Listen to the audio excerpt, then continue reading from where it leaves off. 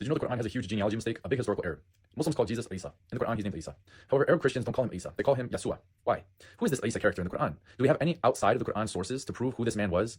No, he's just in the Quran. And yet Muslims believe this is the same Jesus from the Bible, and they believe that the same Isa of the Quran is the same Jesus we Christians refer to, with a few modifications, such as he was just a prophet, supposedly. Yet, when we see the Jesus of the Bible, he was born of a virgin by a woman named Mary, and in Christianity, her dad's name is Joachim. However, in the Quran, the supposed virgin named Maryam of this Isa has a different father named Imran. It also is mentioned she's the sister of Aaron. Do you know in the Bible which Mary, was the sister of Aaron and daughter of Amram, or Amram in Hebrew? In the book of Exodus, Miriam was the daughter of Amram, sister of Aaron.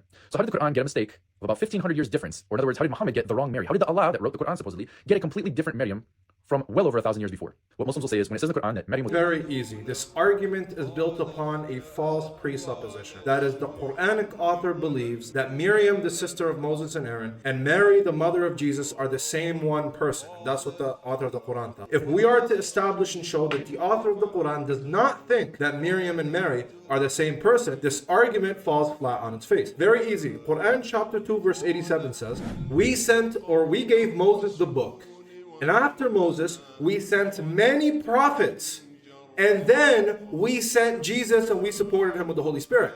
And so the Quranic author displays an understanding that Moses and Jesus have a long gap of prophets between them. And so we establish that the author of the Quran does not think Miriam, who existed in the time of Aaron and Moses, is the same person as Mary, who existed in the time of Jesus. The other reason why the Quranic author does not believe that Miriam and Mary are the same person is because whenever God refers to Mary, the mother of Christ, in the Quran, he refers to her by her name, Maryam.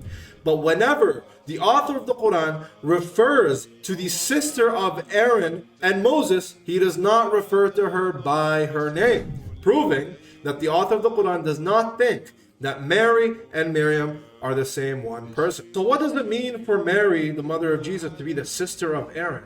This is a play on words that God uses in the Quran. It's truly miraculous. Not only does sister of Aaron infer and denote that she comes from a Levite tribe, from the tribe of Aaron, but he also calls her the sister of Aaron to remind her that she shares the name of the great Miriam, the very sister of Aaron. So she is the sister of Aaron in the sense that she is exactly like Miriam, who's actually the sister of Aaron. And she's the sister of Aaron because she comes from the very Levite tribe of Aaron. The Prophet explains this. When the Christians of Najran come to him asking the same question, he says that the people of old used to give names that resemble names of prophets and pious ones.